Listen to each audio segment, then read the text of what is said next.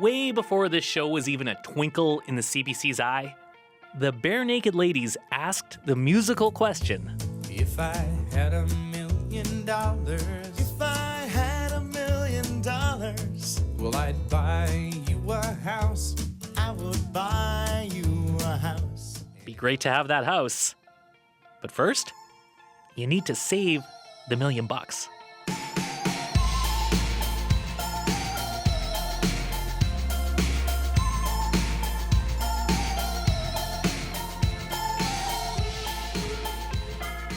Hi, I'm Paul Habersrud, and welcome to the Cost of Living Super Duper Savings Show. We've squirreled away a bunch of stories, and now we're splurging. We'll look at saving for retirement. Some big numbers are out there. Your nest egg needs to be 1.7 million or uh-oh. Okay, but do you really need that much? Then there's stuff. Why do we save the things we save? Yeah, you've had that Beanie Baby a long time. But will it really be worth something someday? Does it matter? And advice. We talk to folks with tips on how to save. Like this one.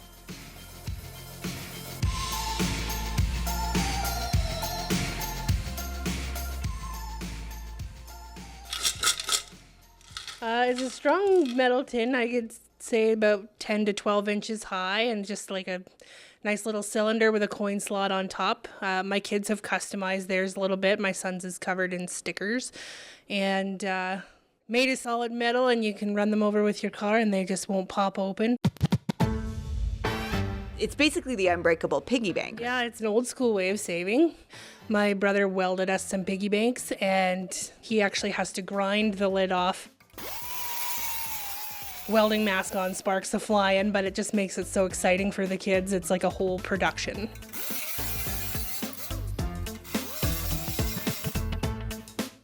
Did you have a piggy bank growing up? Heck yes, I did. My dad actually built it out of a wooden box, but I did figure out how to wiggle the lid off, so I wasn't great at saving. It takes a metal can, I guess, to keep me on track. And this is the sound of savings. Like birthdays and Christmas that the kids get money here and there. They earn a bit of cash for chores. I take out cash every paycheck so that I've got a little something to work with. It helps to motivate them when they can actually see what money looks like. You know, it takes like 3 to 4 years to actually fill them, because when you're putting bills in, it doesn't take up any room, but coins, it does take a while. But the last few times we've taken lids off, it's anywhere between $800 and $1,200. And so what have they used it for? Merrick's more of a practical kind of fella. Like, he used his first round to buy like new winter boots. He's a more practical kind of kiddo. And Kyla used hers for like art supplies and crafty things. But we always say when the piggy bank's open, half of it has to go in the bank. But I think my kids have also heard a lot on the news that their generations won't ever be able to buy a house. And I know my son is very concerned with, like, how am I going to live on my own? So I think, you know, he's a saver. Do you think this was like a huge help for that? I think so. It teaches them the concept. I think you actually have to see money to know that you're saving money. When you're looking at numbers on a screen, you can't really understand that you are exchanging things for goods and services. Like, there is no trade that you actually see happen. So I think this has really shown them, hopefully, some responsible habits for down the road.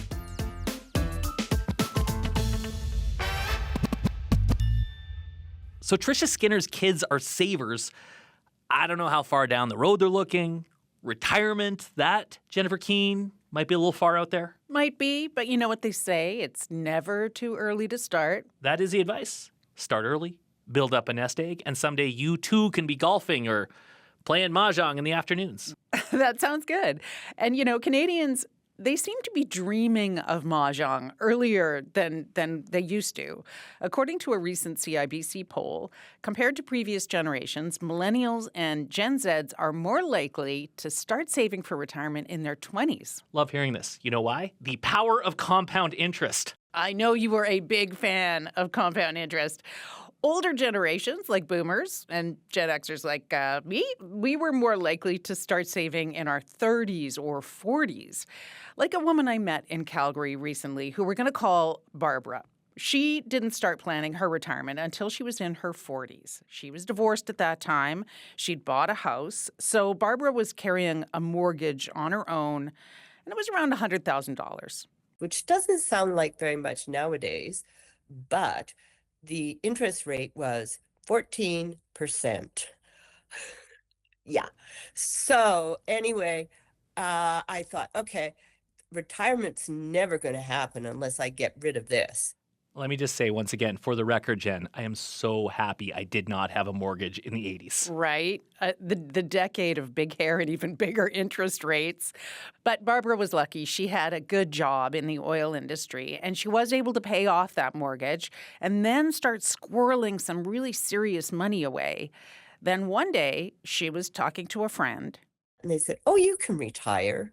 And I'm like, really? He says, well, you've got $700,000. And I'm like, I don't think so. Anyway, I ran the numbers and I decided, no, that's not going to work. Okay, so she paid off her house. She had $700K in the bank, but was like, yeah, still feels light. Yeah, that's the thing about savings for retirement. Everyone has their own idea of what the ideal amount should be. And of course, there's a whole industry devoted to that ideal amount, how much we should be saving for retirement. Every year, BMO asks Canadians that very question. It conducts an online survey with around 1,500 people, and it asks, what do you think you need to retire comfortably? This year, the answer was $1.7 million. That's the number that Canadians believe they need to have to retire comfortably. Now, that number gets reported in the media, it starts circulating online, and really takes on a life of its own. Jamie Gollenbeck is a tax and estate planning expert with CIBC. He says some people use that number as a guide, something to aspire to. But for others... Other people, it induces panic. And it really is it's a message saying, oh my gosh, I better start saving more than I already have, or start spending less, or, I'm really in a crisis mode. Or some people just get depressed and say, I'm never going to have that amount of money. How am I ever going to retire? I've heard that from a number of people. I'll never be able to retire. I'll work till I die. That's a real worry for a lot of people. But the thing to remember is that 1.7 million number, it's not a real guide. These are just Canadians saying, here's what I think I need. On top of that, it's an average. People in Vancouver say they think they'll need more than $2 million a year to retire comfortably. People in Atlantic Canada estimate it's half that. So really, this is subjective. It is. It's more like a measure of what Canadians would love their future to look like. And everyone has a different idea about that. Like, do you want to retire at 55? Or are you happy to semi-retire at age 70? Jamie says one size doesn't fit all. There's all kinds of considerations. So I don't believe in a number. I don't think that there is a magic number that applies to everyone. I think the number applies to nobody. Okay, so that number might apply to nobody, but there is a general sense of how much someone's going to need. Sure. But Reese Martel says that will depend on all kinds of factors. Reese is a financial advisor in Abbotsford, BC. Everybody has a different amount of CPP that they can expect, a different amount of old age security. Maybe they have a pension. Maybe they live in a big city. Maybe they live in the...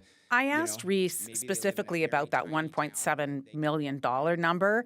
Like, does he think that's what Canadians need for a comfortable retirement? Well, no, is what I think. No. Canadians do not need 1.7. He's pretty definitive there. And I think some people, they might be relieved by his definitiveness. Sure. I mean, he says he's seen a lot of people retire on a lot less than that. Like, if you can manage to save $1 million, which I know seems like a big number, but, you start early, you get there. If you earn even just 4% a year on that. Okay, well, think about that. If we just, don't worry about taxes for a second, that is like $40,000 a year. Or just more than $3,000 a month. And Reese says he's seen a lot of people live on that. But we've also done plans for people who they scoff at the idea of anything less than 15 grand a month. So much of it is about where you live and what your own desires are. Now, he's not saying that you should not save for retirement. He's just saying maybe don't stress yourself out over meeting a goal that you've heard somewhere online that just isn't the right fit for you.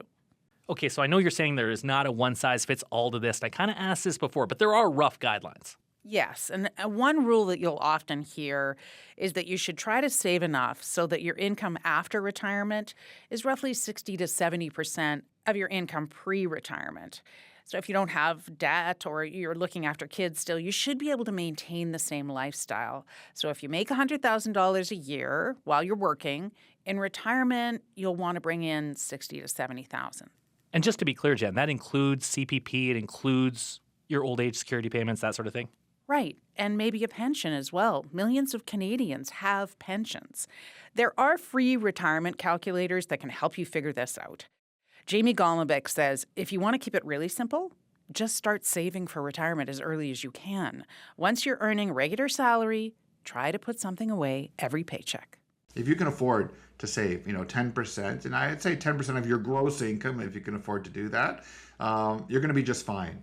We've heard this a lot. This is the advice from the wealthy barber, right? It's pay yourself first, which, hey, good advice. But the question is, Jen, do people actually do it? Well, not all of us do. We can't all afford to. In that same BMO survey from earlier this year, about a third of respondents said they are saving less than 5% of their income. Okay, so then if they're doing that, should we maybe a little more? What does that mean for, in general, our retirement savings? Well, if the goal is to save around $1 million, not many of us actually achieve that. Okay, but the silver lining here, the good news from what you're saying is we might not get there, but maybe a lot of us, we don't need to. Maybe not. Again, it depends on what kind of retirement you want. You don't necessarily need $1 million or $1.7 million to be okay. That's more like what you might want if you really want to live it up. Like Barbara has been retired for 16 years, and her retirement has been pretty luxe. I've done bike trips in France. I've been to Australia a few times, New Zealand, Vietnam. I just was in Japan. I feel really good for Barbara and her fiscal prudence. Yes, she's been very lucky. She's enjoyed her retirement. But I think the lesson is, start saving early. Compound interest, baby. Thanks, Jen. You're welcome. This is The Cost of Living and our super duper saving show. I'm Paul Habersrud. Save the pennies so you can spend the dollars, my mom used to say. I don't know if Amanda Crook in Acme, Alberta knows my mom, but maybe she does.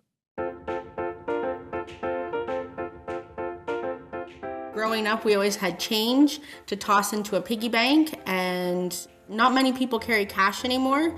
So it's like, how can I keep saving up change? And I started looking into my bank account, and I was like, let's balance the numbers a little bit. I have two different accounts. I have a checking account and a saving account.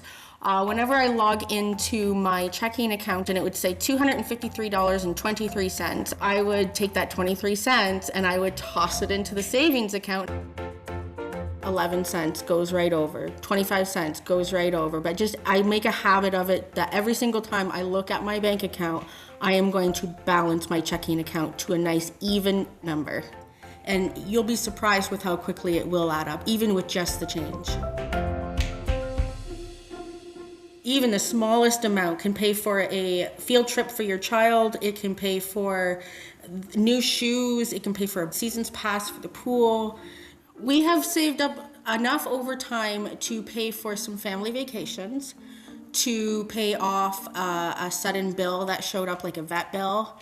Our cat got really sick and it didn't even bother us because the money was in the account, in that savings account. And then about a couple years ago, we really wanted to buy a house, and so the purpose of that account became money towards the house, and we were able to use what we had transferred over to that savings, what our online piggy bank, to use for lawyer fees to buy the house.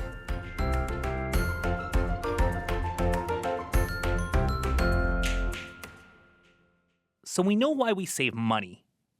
But what about stuff? Why do we save the things we save? Your grandmother's brooch, a copy of the White Album, your favorite Beanie Baby. We can put a lot of value on that stuff, even treasure it. So I went to a place full of treasures to look around. An antique mall in Calgary. Oleg Janish was there with his family, browsing through stalls full of ceramic figurines and Evel Knievel posters. I asked him if they were looking for anything in particular. We've just successfully closed on a house, so we're just looking for some sort of piece that we can get as a gift to ourselves for it. Oh, nice. Do you collect stuff in general? I think everyone collects stuff. I collect a lot of music equipment. What kind of music equipment? I'm a guitarist, so I have like 13, 14 guitars. Really? What's your favorite? Probably, I have a Les Paul that I bought when I was like 16, 17, and I saved all my money up for it. All of his money. This guitar must be pretty nice. It is a 1958 Black Beauty reissue. So basically it's a big black guitar with two P90s, which is a very specific type of pickup that was common before humbuckers were a thing in the 1960s. A humbucker pickup has a thicker, chewier sound. I just learned this. A P90 has more of a vintage growl. That guitar sound really works for Oleg. I love it. It's when I bought it, I basically was working with my stepdad doing electrical work, saved up the money for it. It was $3,000 back then, and this would have been in 2008. It has only gone up in value, though I don't really care. 300 of them were made, and that one is special to me. Would you ever part with it? No. His Les Paul is now worth way more than the $3,000 he paid for it. Like, probably into the 5 figures. That is not bad for a hunk of wood and some strings. But to Oleg and others like him, it's clearly worth much more than that. Russell Belk has spent decades thinking about why we value what we value. He's a marketing professor at York University. He came up with what's now considered a foundational concept in the field of consumer behavior. It's called the theory of the extended self. The idea is that things make us bigger, and we look around and we fill up our house with the things that we think are things that we can be proud of and things that might get the adulation of other people. And in that sense, we're trying to, the term used to be big oneself up. Big oneself up. Intentionally or not, Russell says we regard our possessions as part of ourselves. Do you rock a black electric axe or strum an acoustic? What your guitar looks like, how it sounds, helps broadcast who you are to the world. Other people admiring your chops can make you feel good. Or it could just be meaningful to you. You're trying to gain a sense of confidence and competence that here's something that I can do, here's something that I know something about. And in that sense, we're somehow bigger because of it.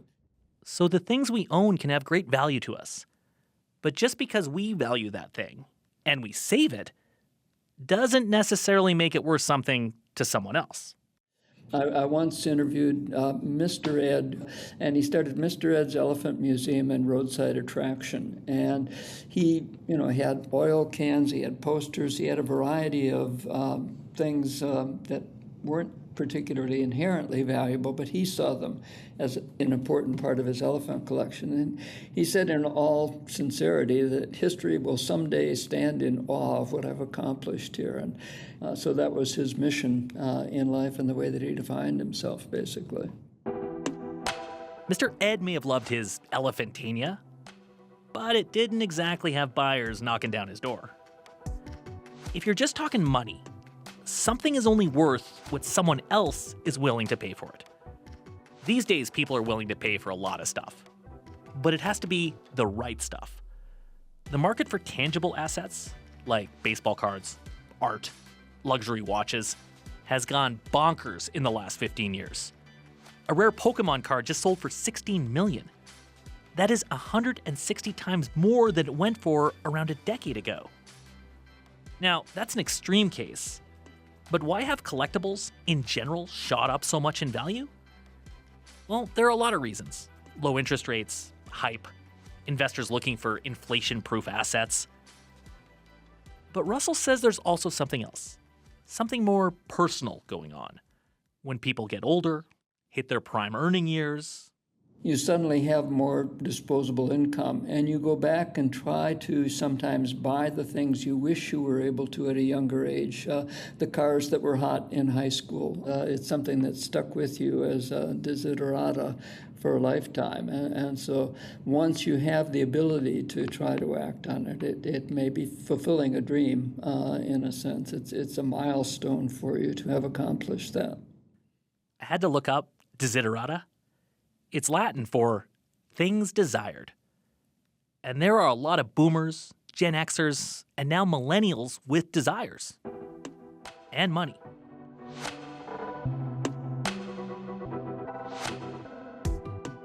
Russell says the things we're willing to pay for often share a few things in common. One is narrative. Does the thing have a story? Like a fancy bottle of wine. Where is it from? When were the grapes planted? Was it a good year? A story can connect us to an item and make it more valuable. And then there's scarcity. If something is rare, the laws of supply and demand can take over. That appeals to investors who want that Mickey Mantle rookie card so they can sell it for more money later. And it also appeals to collectors who love chasing hard-to-find cards. The boom in collectibles means more people are now part collector and part investor. They like owning the thing, and they like that it could go up in price. Of course, why we save something may also have nothing to do with money. Family heirlooms, old pictures of our grandparents, your mom's collection of ceramic ducks.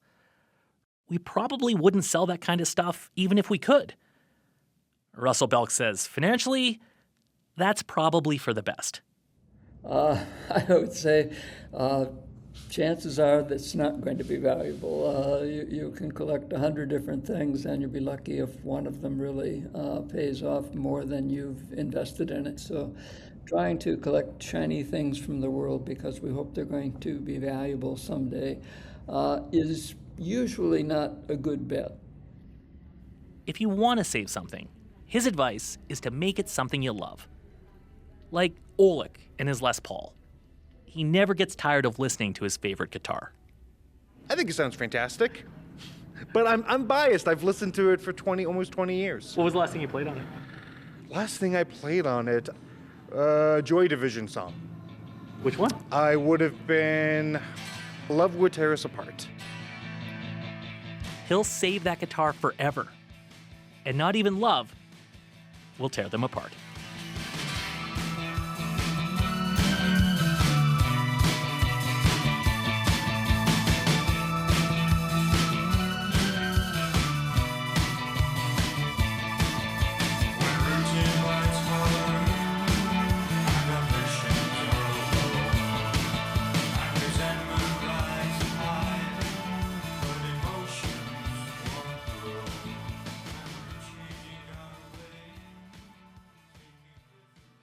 This is The Cost of Living. I'm Paul Havershrud. Our last money-saving tip today is from Liz Enriquez. She's a money coach. Her advice? Don't sweat the small stuff. Some people do like that detailed, granular, going through their budget with a fine-tooth comb. But for the majority of people, we really don't have time for that. We don't have time to be updating our budget every single month and spending so much mental energy trying to save $5 here, $4 there, $10 there. I would say the easiest way is to focus on essentially the top 3 big expenses in everybody's life, which is transportation, housing, and like the bills. So the reoccurring bills, your cell phone bill. So for transportation, a 2-car family is normal and, you know, what the accepted societal norms is, but maybe you don't need 2 brand new cars with $500 payments each. This is not a popular opinion or a popular take, but we are a single car family, and before I met my husband, I didn't have a car. I just took the bus or biked everywhere. When we think about gas and the payment on cars and maintenance, I know for a fact I've probably saved $80,000. Housing. So when I bought a house, I rented 2 rooms. So I always had roommates.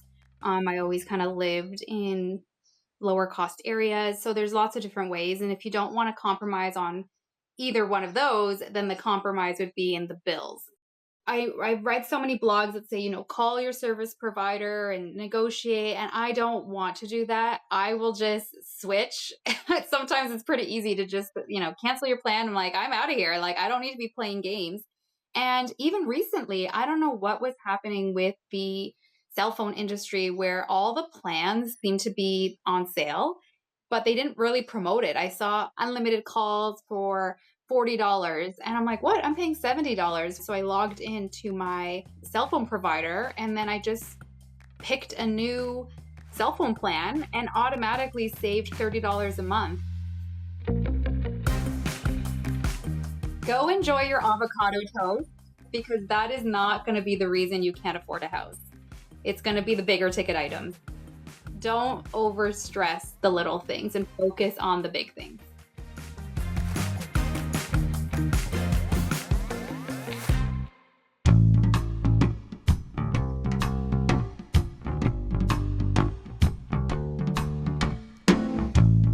That's all for the Super Duper Savings Show. We were gonna get to the economics of Jewel, who will save your soul, but we ran out of time. The Cost of Living is based in Calgary. This show is produced by Danielle Nerman, Jenny DeRosio, and Jennifer Keene. With help from Jeff, I actually like P90s better than humbuckers. Kynoch. I'm Paul Habersrud. Thanks for listening. Save your souls after those lies that you told, boy. And who will save your souls if you won't save your own?